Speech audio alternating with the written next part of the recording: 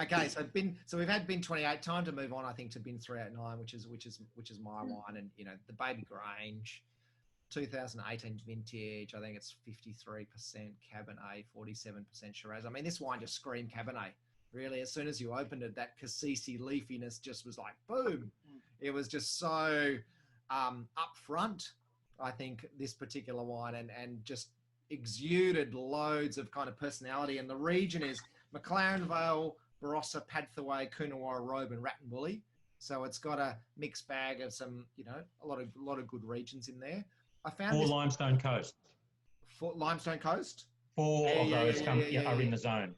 Exactly. And it shows it. No, I agree. It's got that little bit of eucalyptusy, minty kind of thing. Not in a bad way, I don't think, but I agree with that. And I found this to be a charming vintage of 389. I think a really kind of, an upfront, a generous vintage of 389.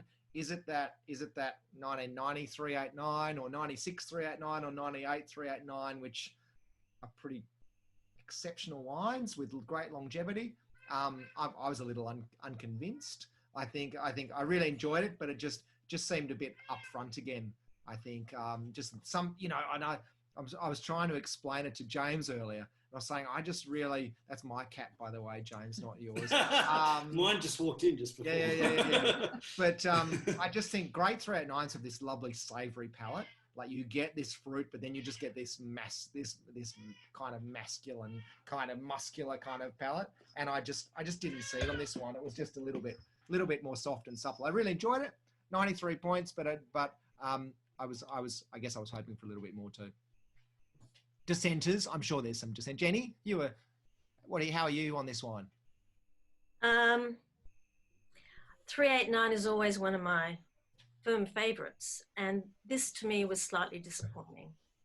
And the disappointment stems from that oak, which I think is at this stage.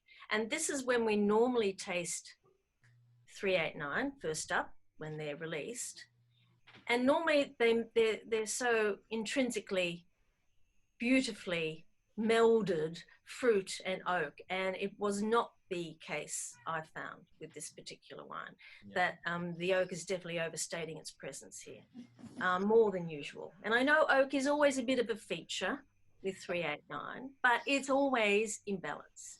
And the balance is missing in this wine. And I'm a little bit disappointed because this year commemorates the 60th anniversary since 389 was first made. And, it would have been nice to have had something a little bit super special.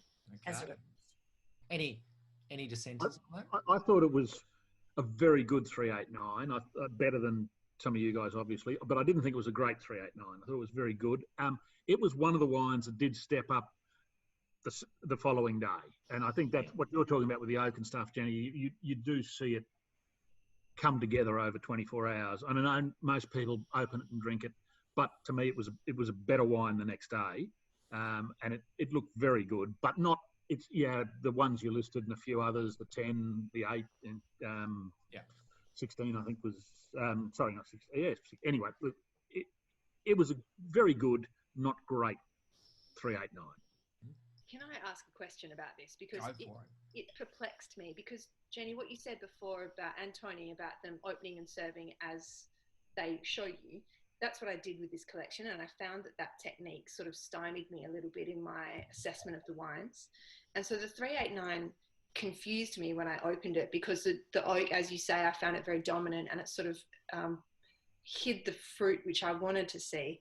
And so I opened, and I have some left, which has been under gas. I opened the 2008 389 to give me a little bit of context on how the trajectory of it, to kind of get my head back in the game.